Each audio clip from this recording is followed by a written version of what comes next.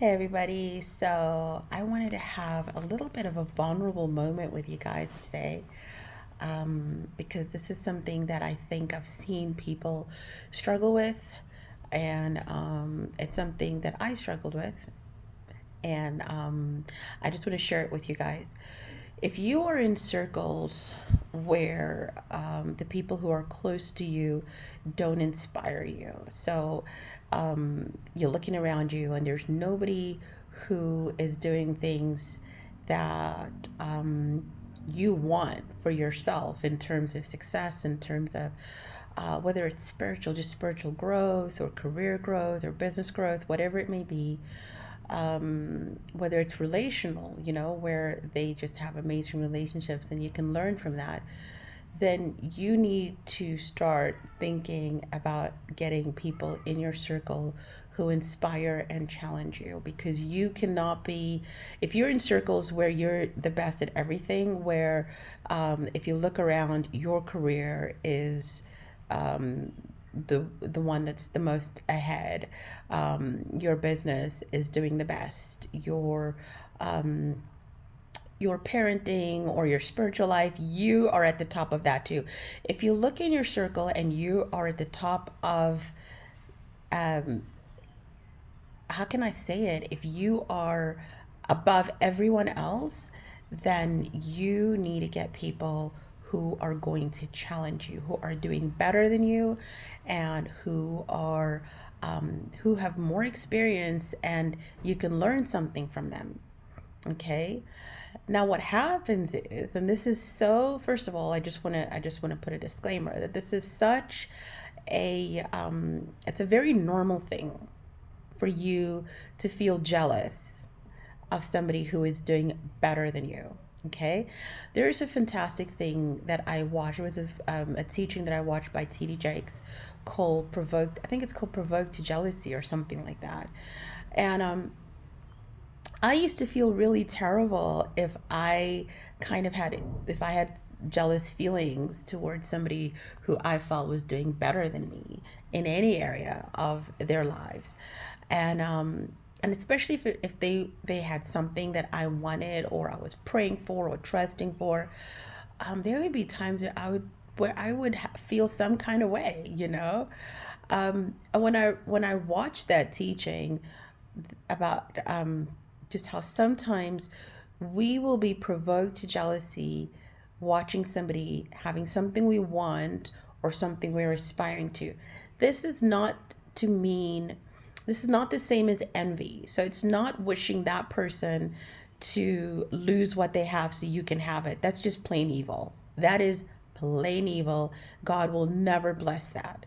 Okay? So I'm not talking about that. I'm not talking about hoping and wishing for somebody's downfall, or even, and there are people who do this, or even working towards somebody's downfall so that you can progress. God will never bless that. And it might work in the interim, and it might work for a short space of time. But I love what the scriptures say about wicked people. David says, he was wondering, how come wicked people just do so well and they progress? And, you look at them and they're just such fantastic successes. He says that that really bothered him. And then he says, but God showed him their end, the end of wicked people, and it was not good. So, you know what? That's not even what I'm talking about. You don't want to be that kind of person. What I am saying though is, when you are provoked to jealousy, which is, oh, look at that person who's doing really, really well, that provoking to jealousy is kind of like a wake up call to, what are you doing with your life? What are you doing with the opportunities that have been presented to you? When you see somebody who has achieved something that you would want to have, and this has been an area where you've been struggling in, and what it does is it shows you, for me, what it does is it shows me, well, God, if that person could succeed in that way, there's no reason why I can't. So what do I need to learn? Who do I need to connect with? How do I need to grow? What is it that you need, God, to help me forge within myself? What kind of discipline do I need to nurture to become what I want to, for me? Okay, not in competition with somebody else, but for me to achieve what I want to achieve for my own life. Okay. Um, and so when I saw that teaching, it really reshaped the way that I thought. So when I would see somebody succeeding in an area that I wanted to succeed in, it was encouraging to me, and it became a testimony of, well, if that person could achieve it, there's no reason why I can't. That is the first part. The second part I just wanted to talk to you about is there are times when you will see somebody's success or hear of somebody's success, and again, because it's something that you want for yourself, it'll ruin your day. So you'll hear somebody um, achieving something or getting something that they've been wanting for a long time, and it's something you want and they get it and you don't. And sometimes it's really hard to be happy for the other person. It's not that you're not happy for them, but you're kind of sad for yourself. So you're happy for them, but you're sad for yourself. And that's also something that I would struggle with. And there came a time where I had to pray about it, and I just say to God, God, I want to be genuinely happy for the people around me. When people succeed, I want to be genuinely happy, because I know that they are things that are for me, and they will happen if I'm pursuing them and I'm working at it. They will happen for me when they happen for me. And that person succeeding doesn't mean that I'm not going to get what I want. It just means that that's the time for them. You don't know what journey they have been through. Sometimes people have gone through a 10-year journey, 20-year journey, 30, 40 years. It's been a lifetime of them pursuing, and finally they have it.